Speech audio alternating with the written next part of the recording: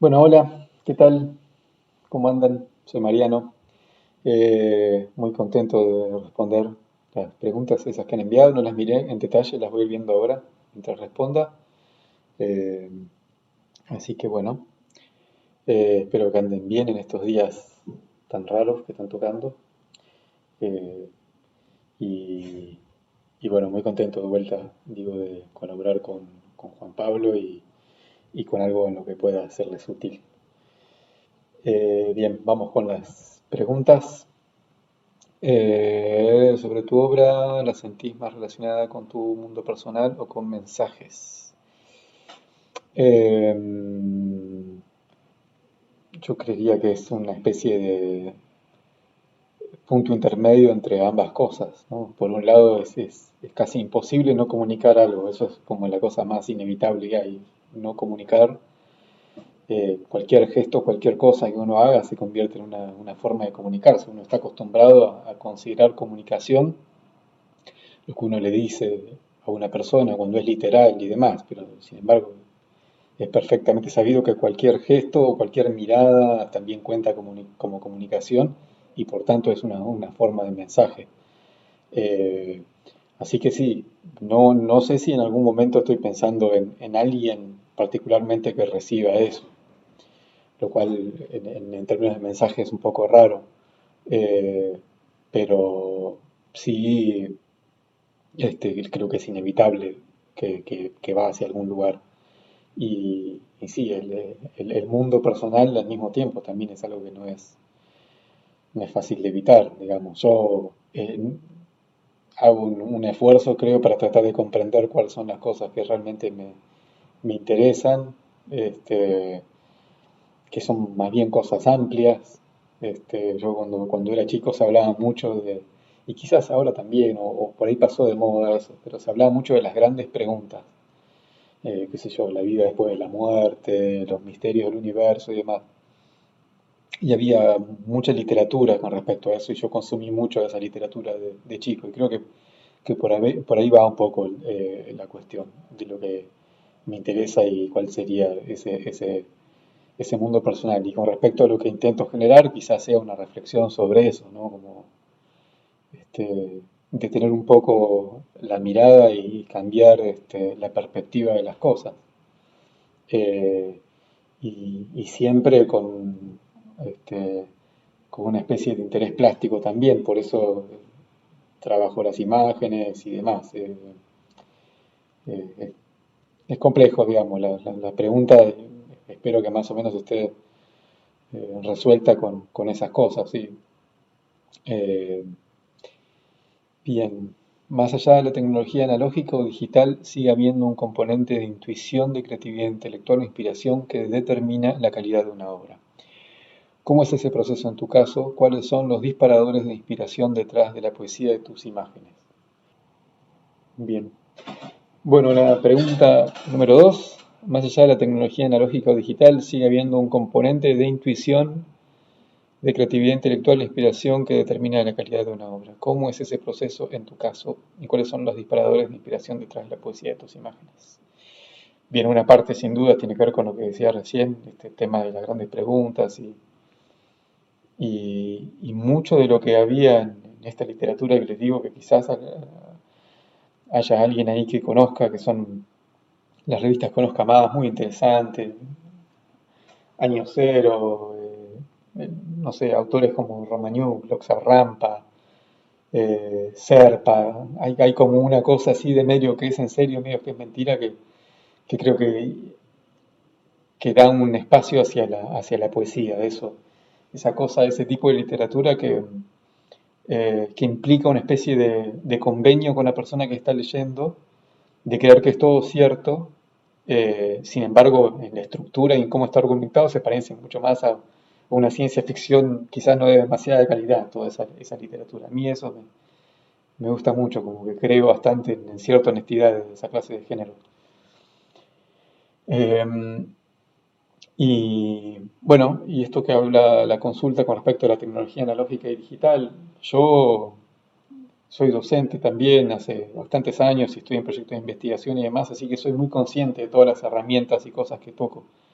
Eh, Perfectamente conozco los últimos, que podría decir, 100 años de avance de las imágenes electrónicas y la tecnología, después el advenimiento de lo digital y demás, y es parte medio de mi biografía también. Yo crecí con ese traspaso de lo electrónico a lo digital y demás. Durante mucho tiempo me pasó que yo hacía una imagen, trabajaba en papel y demás, y, y la veía en la pantalla de la compu o en la pantalla de televisor y sentía que no estaba tan buena como cuando estaba en papel. Eso ha hecho que yo trabaje también mucho en papel, y que empiece a hacer cosas más grandes como esta que está atrás o algunas cosas más, solamente por el hecho de no sentirme cómodo con cómo se veía eso en la pantalla. Pero bueno, este avance tecnológico de los últimos años ha hecho que aparezcan televisores de alta resolución, desde los Full HD, ahora los 4K, 6K, 8K, y eso permite que las imágenes en papel no solamente se vean muy bien, sino que a veces se vean mejor que en papel. Eh, y sin embargo, dentro de eso hay un mundo de cuestiones de escalas, de resoluciones de escaneo sobre el papel, de trabajo con algunos tipos de hojas y demás, que se vuelve muy complejo. Es un mundo, digamos, este, que a mí me encanta, obviamente, meterme en ese mundo de complejidad de los papeles y demás. Eh, Les puedo mostrar alguna cosita, quizá ahí estamos. Esta es una imagen de comienzo de trabajo. eh, y acá como que las primeras imágenes que hago me sirven para darme cuenta cómo voy a trabajar, eh, y en qué resolución voy a escanear todo eso, en qué resolución voy a imprimir estos pequeños granos que ven en la imagen. Bueno, tengo que ver que no se pasen de escala, que me permitan seguir viendo la imagen y demás. Entonces, esta poética de la imagen que menciona la pregunta implica un equilibrio bastante subjetivo, digamos, que uno termina creyendo que es el válido, de análisis muy minucioso, muy antojadizo a veces también, de cómo se tienen que ver las cosas. Es muy difícil que en una imagen que esté tan rota, como termina siendo las imágenes con las que yo trabajo, no sean imágenes más bien icónicas, bien comprensibles, unos pasos caminando, un rostro. eh, no puedo hacer imágenes muy complejas porque la imagen tan rota, tan modificada y alterada y procesada no te permite exhibir esa clase de imágenes, así que termina siendo un poco así. Al igual que los títulos, terminan siendo palabras simples, organizadas de una manera distinta y que se perciben de una manera distinta. Y sigo un poco con esta pregunta por ahí, eh, pensando en cosas que uno ve una vez y dice, realmente el mensaje, quizás esta misma palabra o esta misma imagen, de otra manera o con otra técnica, yo no la hubiera sentido de la misma forma. Me ha pasado quizás de haber estado en eh, delante de alguna imagen y ver que la imagen en determinada técnica, aunque sea la misma imagen que vi mil veces, no sé, para mí tenía otro valor o implicaba otra reflexión, eh, y entonces por ese motivo también tiene sentido esa modificación. Yo soy más de pensar las imágenes no como desde el punto de vista emotivo, lo que puedan llegar a generar de manera emotiva, sino que las pienso desde lo perceptivo, digamos, como si fuera una cuestión fisiológica, digamos, cuando la imagen se mueve mucho, vibra, cambia, implica un esfuerzo fisiológico para el ojo que se transforma en una especie de situación intelectual también. Uno tiene que atravesar una especie de matorral, digamos, hacerse camino entre la imagen como si fuera con un machete para entender qué hay ahí.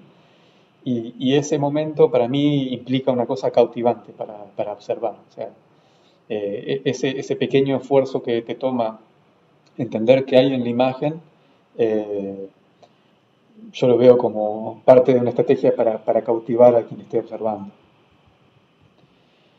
Vamos con la siguiente pregunta. En la entrevista a Ricardo del Farra, ¿qué técnicas le interesa trabajar el papel sobre el sistema de impresión? ¿Qué consigue que tiene estos medios digitales? Ok. Bueno, eh, Ricardo Alfaro, no sé si lo conocen, es el director de la carrera de música de la Universidad de Concordia en Montreal y es un tipo que hace siempre unos cursos que se llaman UVM, Understanding Visual Music, en el planetario. Son buenísimos esos cursos. Si alguna vez ven que están, son gratuitos, se anotan porque vale la pena ir a ver esas exhibiciones de música para domo. Al margen, vuelvo a la pregunta. Bueno, dos cuestiones. Una biográfica. Cuando yo tenía más o menos 13, 14 años, después de hinchar muchísimo, muchísimo, muchísimo, ver otro contexto, otra época, logré que me compren una compu. En mi casa a nadie le interesaban las computadoras, así que era el único interesado en ese tema. Así que bueno, lo siguiente hubiera sido contar con una cámara o algo para poder meter cosas en la compu. Está bien que en ese momento no era posible, no era tan fácil como ahora agarrar una cámara videográfica o fotográfica y hacer que las imágenes entren en la compu. Era otro contexto. Eso sucedió, empezó a ser práctico en el principio de los 2000, pero en el año 94, 95, que es cuando yo les hablo, no era tan fácil. Entonces mi tío, eh, que era un menudo personaje, se compró un escáner antes de entrar a una compu, era dibujante. Y bueno, como no tenía compu todavía, el escáner quedó en mi casa y era para mí. Así que empecé a escanear yo. Empecé a escanear mis trabajos eh, y, y bueno, y ahí agarré como una especie de yeite con el tema de trabajar con escáner y con el cuadro a cuadro. Él también tenía varios libros de animación que yo había visto mucho de chico, esos libros me habían fascinado, así que se juntaron como dos cosas. Este tema de trabajar con papeles y escáner y ver que, bueno, yo agarrás una cámara, salís a grabar y tenés que tener una capacidad especial para distinguir tu trabajo de un montón de otras personas. Cuando arrancás de un medio que quizás no es el más habitual para hacer el proceso, como es la impresora y un escáner, quizás tengas un elemento a favor. Cada cual por ahí descubre qué clase de cosas hacer. Pero para mí es fundamental eso. Yo, cuando me cruzo con un proyecto que no surge de mi propio interés, lo primero que pienso es cómo voy a hacerlo técnicamente, ¿no? Muchas veces me pasa por ahí con música, que me escucho la música de alguien para hacer un video o me pasan una poesía o algo, y el proceso para mí no pasa tanto por cómo me conmueve eso, sino como técnicamente cómo lo voy a hacer. ¿Qué, qué ventaja voy a sacar para poder primero poner al espectador en la situación o la espectadora en la situación de preguntarse cómo está hecho eso? Y una vez que está esa pregunta andando, me parece que las otras cosas que surgen son un poco más fáciles. Es como que te ganas un poco la confianza cuando demostrás que las imágenes esas tienen una factura que no es tan habitual, ¿sí? Entonces uno espera que la poesía que emerja de esas imágenes tampoco sea tan habitual. A ver si hay algo más en la pregunta que me esté faltando. Eh, bueno, en algún momento pensaba que los medios analógicos tenían algo de calidez que no tenían los digitales. Ahora no lo pienso tanto. Pero cuando uno percibe las imágenes hay claramente una diferencia y a mí me gusta el equilibrio entre las dos cosas. Aparte, yo considero también, ¿no?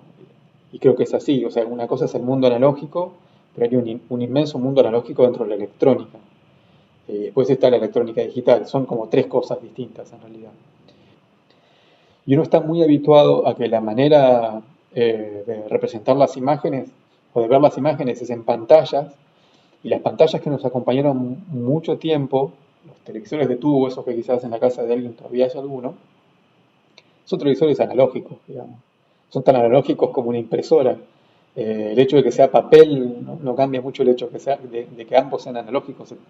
Cuando la impresora inyecta la cantidad de tinta que va en el papel, eh, es un proceso analógico, pero del mismo modo un rayo de luz en un tubo de rayos catódicos lleva una intensidad analógica que es la que impacta en la pantalla y termina configurando la imagen general. Sobre la música en tu obra, ¿compones música para una obra o compones imagen para una música? Lo mío con la música es muy básico. Eh, no, no tengo formación musical, sí tengo como una gran inquietud por ese tema, siempre me resultó muy fascinante entender cómo funciona la armonía, distintas lógicas de composición de acordes y notas y demás.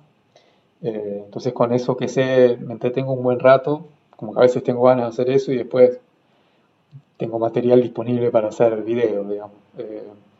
Pero lo de la música me lo tomo por lo general bastante menos en serio que a lo de hacer imágenes. Digamos. Eh, pero bueno, también la música te permite trabajar con texto. A mí me gusta mucho trabajar con texto, en video, en música, lo que fuera. Lo que implica que uno desarrolle algún tipo de habilidad. Pero bueno, también es entretenido ese periodo en el que uno está tratando de mejorar, no sé, mínimamente en afinación o en la ejecución de un instrumento. Pregunta número 5. ¿Cómo es tu estructura de producción para desarrollar una obra? Muy bien. Bueno, cuento de cómo yo empecé más o menos cuando estaba en la facultad a producir, de verdad, a producir en el contexto de ser consciente de una producción de trabajo. Antes, nada, como quien le gusta mucho hacer algo, lo que tenía en casa lo usaba y demás.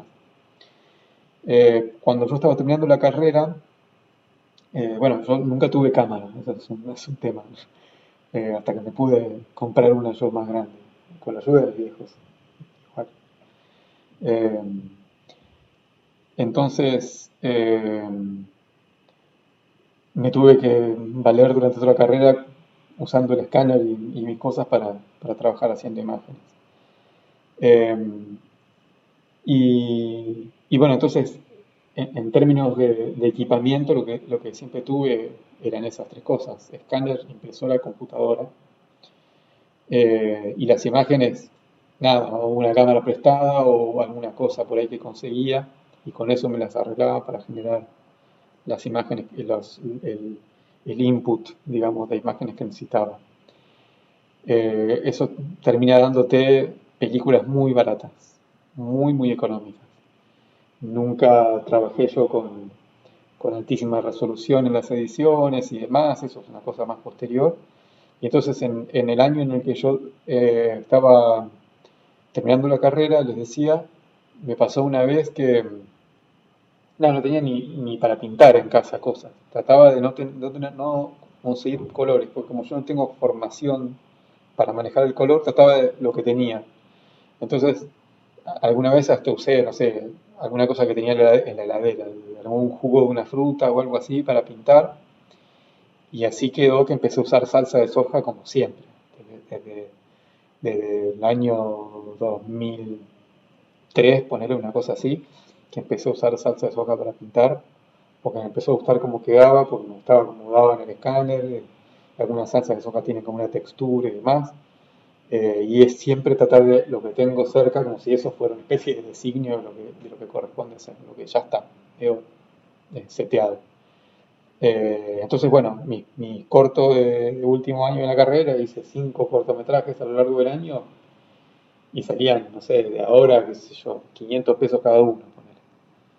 Que en aquel momento que alquilaban cámaras y demás, lo mío estaba muy, muy por debajo en términos presupuestarios de producción. Ahora bien, cuando uno se cruza con un artista o con una productora para televisión y demás que quiere que uno haga algo, ahí ya cambia un poco la norma, obviamente, y uno tiene que adaptarse a las normas broadcast y trabajar en la resolución que se pide y demás.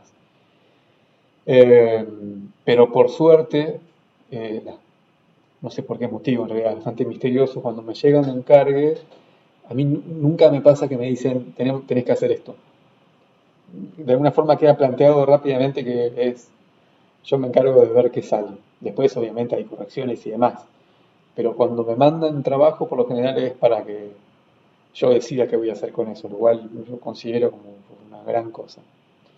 Este, así que esa es medio la norma de producción, lo que hace que obviamente no sea rico ni yo ni nada parecido, pero que tengan la libertad de elegir qué clase de cosas hacer. En el caso de unos videos que estuve haciendo hace poco para un programa en Canal Encuentro. Llega el texto y yo digo, bueno, déjenmelo, lo releo, pienso algo y va, terminado. Eh, y sobre el terminado vemos, no sobre procesos muy de entrada, porque ya eso es un problema, estás de entrada viendo cosas, negociando cosas. Yo prefiero tener un corte, trabajar rápido y tener un corte grande, cosa de no empezar a generar cuestionamientos sobre cosas tan pequeñas. Es una estrategia también. Trabajar rápido, mucho, quemarse la cabeza, pero hacer una entrega de mucho material junto. Eh, que la jugás un poco haciéndolo así, pero bueno, yo entiendo que si me piden un trabajo saben que más o menos les gusta lo que hago, así que hago así. Eh, bien, estructura de producción, ¿cuándo se da por finalizada la obra? Bueno, bueno, esto por ejemplo que contaba antes de los títulos y utilizarlos un montón de veces es medio una manera de no dar nunca por finalizada una obra, ¿no? Hay un artista uruguayo, quizás lo conozcan, se llamaba, fallecido Eduardo Mateo, y él tenía un título que usaba un montón que es La máquina del tiempo. Y es como que todo es la máquina. Uno termina pensando que lo utilizaba tantas veces porque consideraba que todo es la máquina del tiempo. La vida es la máquina del tiempo. Uno viaja en el tiempo, las cosas viajan en el tiempo. Así que uno de vez en cuando en ese viaje se reencuentra con los mismos títulos y dice, me sirve de vuelta para esto, lo reinterpreté y lo voy a usar de vuelta. Entonces, muchas veces pasa que uno se encuentra con algo y lo utiliza de vuelta. Yo pienso que yo soy el dueño de todo lo que hago, obviamente. O sea, entonces tengo libertad absoluta de retocarlo y modificarlo cuantas veces quiera. Eh, Mismo con la música y demás, decir, bueno, esto lo uso de vuelta, lo cambio, le cambio el título y lo pongo de vuelta en otro lugar. Entonces, de alguna manera nunca se termina, digamos, la cosa hasta que uno se muere. Calculo que ahí ya será otra persona la que se encargue de retocar las cosas. Pero, eh, sí, obviamente hay una instancia, si uno tiene una línea de tiempo para cerrar y qué sé yo, que es medio como que uno lo deja con la incertidumbre de decir esto está terminado o no. Mm, pero por lo general no me pasa tanto de tener muchas dudas en ese momento. Quizás sí me pasa de, de ver las cosas después y decir esto lo hubiera hecho de otro modo. Pero por suerte eh, soy bastante seguro cuando trabajo, no tengo incertidumbre. Y hay otra cosa que sucede, y es que en animación técnicamente no es tan fácil cambiar de opinión, porque ustedes que están en audiovisual sabrán, ¿no? Que eh, siempre cuando uno está haciendo una película se supone que el 10% del material que se graba es el que te termina usando, pero en animación si haces eso te dedicas 20 años en haciendo un corto, no puedes tener ese porcentaje de material que no se utiliza. Entonces eso te ayuda un poco a ir cercando y terminando el trabajo. Eh, Bien, no sé, espero que haya respondido eso, pero sí, o sea, yo suelo arrancar con una idea más o menos clara de la estructura y demás, entonces cuando termina y ya me dan ganas de hacer otra cosa aparte. Quizás eso sea también un poco lo que hace que se termine, que tengas ganas de hacer otra cosa. Bien, ¿cuál es el lugar de Argentina y sus artistas en la escena global de disciplinas de arte y netarte? Ok, wow. O pregunta, un compromiso, ¿no? Responder una cosa así. Yo se lo decía el otro día a Juan Pablo. Yo creo que el videoarte no existe más hace quizás 30 años, una cosa así. A ver, 30 años, 20, sí, por ahí 25 años. Una cosa así. El videoarte para mí tiene que ver con un contexto tecnológico específico. Por eso se llama video, porque habla de un medio que es el video específicamente, un medio de naturaleza analógica, electrónica, el video. Entonces, el videoarte significó un montón de cosas cuando surgió. Estamos hablando de décadas de 60, 70 y parte de los 80, supongámosle que un poco más después de los 90. Eh, y esas cosas son, entre otras, lo que se llama la democratización, ¿no? de los medios de producción audiovisual. Porque bueno, antes de hacer una película implicaba una cadena compleja de personas, ¿sí? Desde el que, bueno, un equipo de grabación en 16 o 35 milímetros es complejo, aparte hay que revelar, hay que tener la cinta, qué sé yo. También un videocassette se puede regrabar, las cámaras pueden salir a la calle, son más compactas, son originalmente más económicas y ahora directamente no tiene ni comparación el video con lo que es con el soporte analógico por antonomasia que es el cine. Entonces, para mí el videoarte fue todo eso que surgió a partir de la irrupción de ese nuevo medio. Es decir, que gente que antes no podía contar o transmitir sus mensajes y sus ideas de manera audiovisual, de golpe tiene esa posibilidad. Y acá siempre se habla de un montón de quizás minorías o- o personas que habían sido regadas a cierta periferia que tienen la oportunidad de contar cosas audiovisualmente. Eh, y bueno, para mí ese contexto es el videoarte y al mismo tiempo también un medio que tiene otra plasticidad distinta, otras cosas que se pueden hacer. Más radicales, más extrañas, más libres, porque no estás dependiendo de todo ese contexto. Entonces, en la actualidad yo creo que algo se puede parecer al videoarte, pero yo no lo llamaría videoarte, voy a decir que, bueno, como no sé, como si uno agarrara y dijera, bueno, voy a hacer un cuadro cubista. Bueno, el cubismo fue un periodo que tuvo su impacto en cuanto a mensaje en un momento especial de la historia. Ahora ya uno está como jugando a reutilizar eso. Y yo con el videoarte pienso lo mismo. Yo, más allá de que, bueno, me formé con gente como Carlos Trilling, este, que es como un pionero del videoarte y demás, y tengo muy visto el videoarte.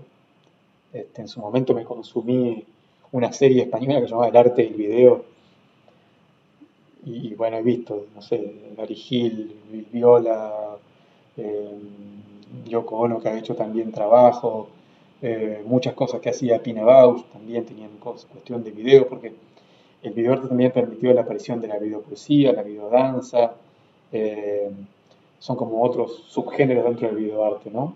Que tienen que ver con gente que por ahí tampoco tenía la pericia técnica para hacer cine, o que se encuentra con una cámara de video y dice, voy a hacer un video de cómo bailo, o de cómo recito poesía, o de lo que me parezca, ¿no? Entonces ese es el periodo para mí, el de videoarte. En ese contexto, bueno, puedo hablar de esa época, sí, que como un montón de cosas que están vinculadas con la tecnología, siempre pasa que en Argentina están un poco relegadas en el tiempo, porque nos toca poder jugar con esas cosas tiempo después, porque no tenemos acceso directo a esas cosas. Nosotros, no sé, yo pienso, yo me compro una cámara o lo que sea y la guardo en la caja, muy prolijamente, y son cosas que uno ve que quizás en otros lugares tienen otra relación con la tecnología. Bueno, una cosa desechable, qué sé yo, uno tiene cierto respeto por la tecnología. Entonces quizás pienso que al igual que en el NetArt, eh, que nada, hay personas que han hecho cosas súper valiosas, súper originales, que no tienen nada, ninguna cosa que envidiarle a nada que se ha hecho en ningún lugar del mundo. Yo, no sé, eso es de igual a igual, obviamente. Lo que sí es cierto es que hay cierto retraso, inevitable por un contexto económico, industrial, eh, sobre el que medio están basadas nuestras cosas y lo cual hace que seamos mejores también en un montón de casos y que haya también situaciones de lugares donde esa tecnología finalmente nunca llegue y demás. Así que ese es el comentario que puedo hacer. Con respecto a la calidad de los trabajos, me parecen óptimos. No sé, se puede hacer cualquier cosa, está al nivel del deseo de que se ponga a trabajar, pero que casi inevitablemente hay cierta demora con respecto al contacto que uno llega a tener con esa tecnología como para poder jugar con la tecnología esa, en el caso de las artes que implican un contacto con más tecnología. Bien, eh, las preguntas. En el caso del lentísimo Halo, ¿cómo fue el proceso de construcción de la imagen de la filmación hasta su animación? ¿Qué cámara y material de software? Ok, bueno, ahí va. Vamos con. Entonces le voy a mostrar un poco de esto, fundamentalmente. Esto que les mostraba hoy es justamente lo primero que hice cuando empecé a trabajar con Juana en el video este. Juana me escribió eh, porque ella solía ir a Chela, lugar que Juan Pablo conoce muy bien. Le pasaron un link de lo que yo hacía, le gustó y me dice, necesito a alguien que anime unos huesos, no sé qué cosa. Y bueno, encontrémonos. Fui a la casa, me empezó a contar lo que quería hacer y la verdad que no me fascinaba la idea, como no me da cero ganas de hacerlo. Lo que me pedía, digo, bueno, para esto llame a alguien, no sé. Yo no me copo mucho con ese trabajo. Que era un hueso que se movía, me contó toda una historia que tenía en la cabeza que era de un personaje que se llamaba Shane Bone o algo así. Después medio que esa idea se perdió, yo no vi que haya seguido con ella, con ese tema. Pero era como, en lugar de James Bond era James Bone, y por el hueso que usó en la tapa y no sé qué de su disco. Entonces, bueno, notó que a mí no me interesaba, le mostré un montón de referencias, yo caí con un disco externo lleno de referencias de cosas. Y entonces, bueno, ella muy gentilmente me dijo que, bueno, ¿qué te gustaría hacer? Y yo, bueno, vos ya viste lo que hago y si te gusta es eso, lo que hago y lo que me gusta hacer. Y bueno, entonces me dijo, bueno, escuchemos el disco entero, el disco no había salido todavía y elegí un tema y hacé el video del tema. Yo dije, dale, buenísimo. Así que nos sentamos en su estudio y escuchamos el disco completo y elegí Lentísimo Halo, que era el tema más impendible de la historia, pero bueno, es el que me gustaba, yo trato de ser honesto conmigo mismo y elegí ese. Así que bueno, ahí armamos una especie de criterio de trabajo. Me quedo escuchándolo al tema en casa, sí, como con mucha concentración. Y digo, bueno, ya está, tengo una pequeña idea. Te voy a grabar caminando. Así. Ella tiene unos zapatos que son muy. Siempre usa medio el mismo tipo de zapato, que es medio como una cosa ya que uno sabe que son los que usa ella. Entonces digo, bueno, pensé en eso y pensé que a todo el mundo le gusta ver, o yo siempre cuando veo un video de la música que me gusta ver al artista en el video. No me gustan esos videos que son una película donde no aparecen quienes cantan ni nada. Me gusta ver el artista. Así que pensé, digo, bueno, ella va a estar en el video. Eso es lo primero que dije, ella va a actuar. Entonces empecé con eh, esta pequeña secuencia de pasos. Hice mi primer prueba con estas imágenes y dije, cuando vi esto andando, a ver si se los puedo mostrar un poquito en movimiento. Cuando vi esto les decía, eh, dije, listo, ya está. Esto es lo único que vi. Esta secuencia muy corta de movimiento de pies, no sé si llegan a integrarla ahí. Eh, digo, resuelto el tema de cómo lo voy a hacer técnicamente. Sabía la escala es un frame de más o menos 4 por 7 centímetros más o menos, 4 centímetros por 7, una cosa así.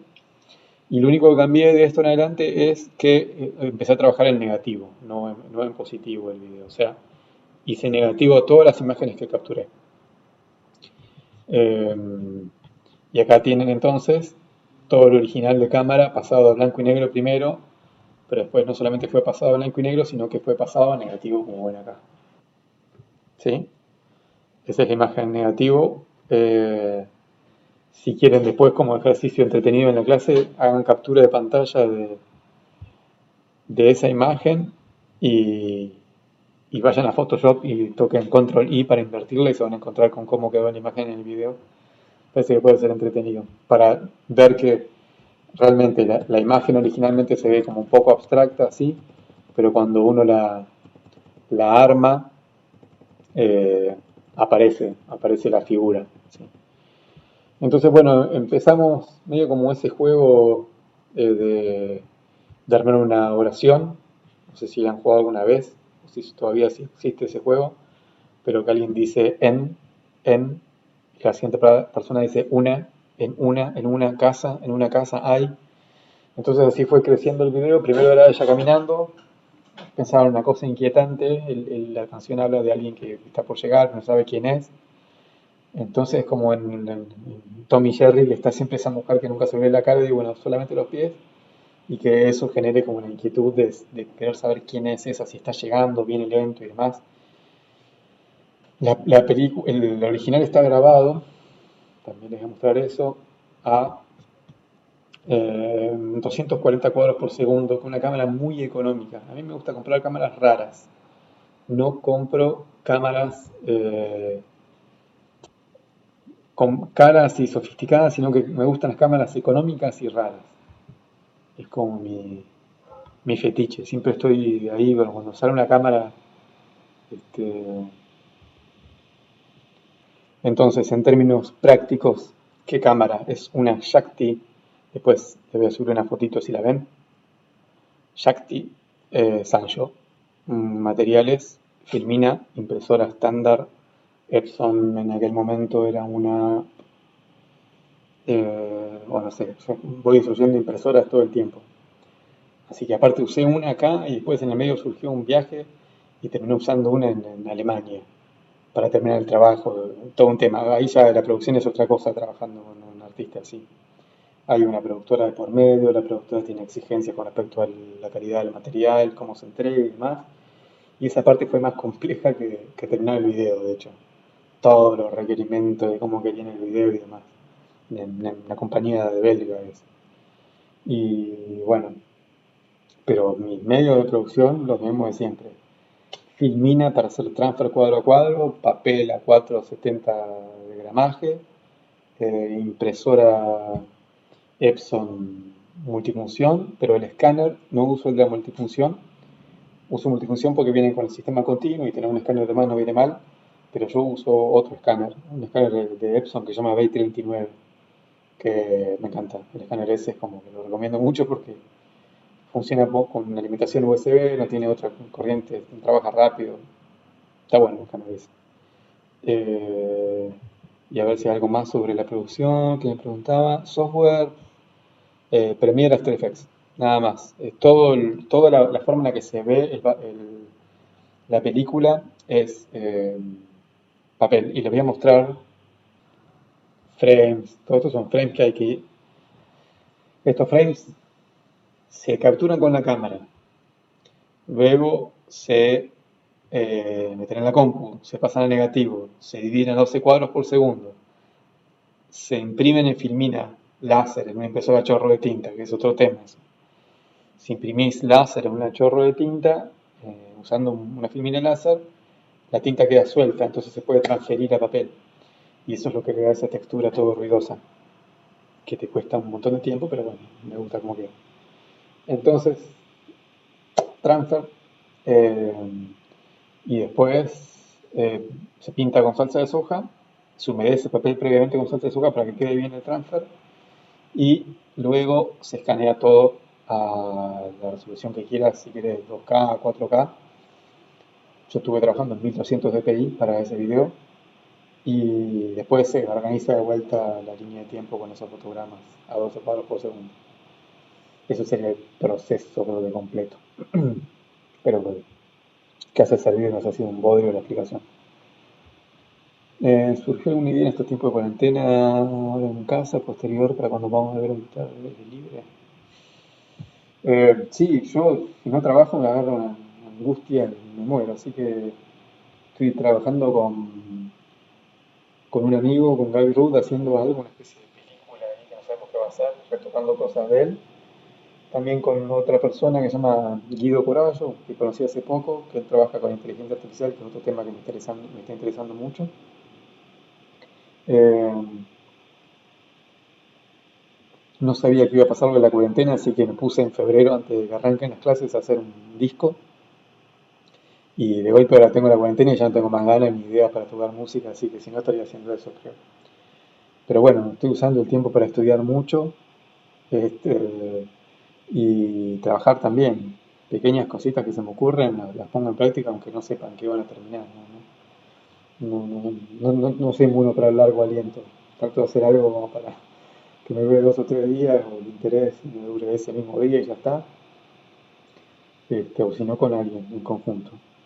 Y el proyecto más grande que tengo ahora Es un proyecto basado en inteligencia artificial y en películas automáticas. Muy complejo ese tema, en algún momento podemos hablarlo, pero es ya otro ámbito vinculado con redes neuronales y montaje automático o montaje tipo remake que se llama. Y en eso ando, estudiando mucho y tratando de preparar unos ejemplos.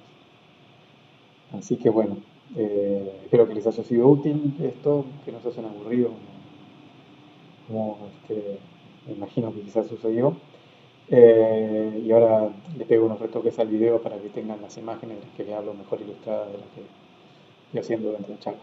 Así que si hay alguna cosa medio rara que no se entienda, será por eso.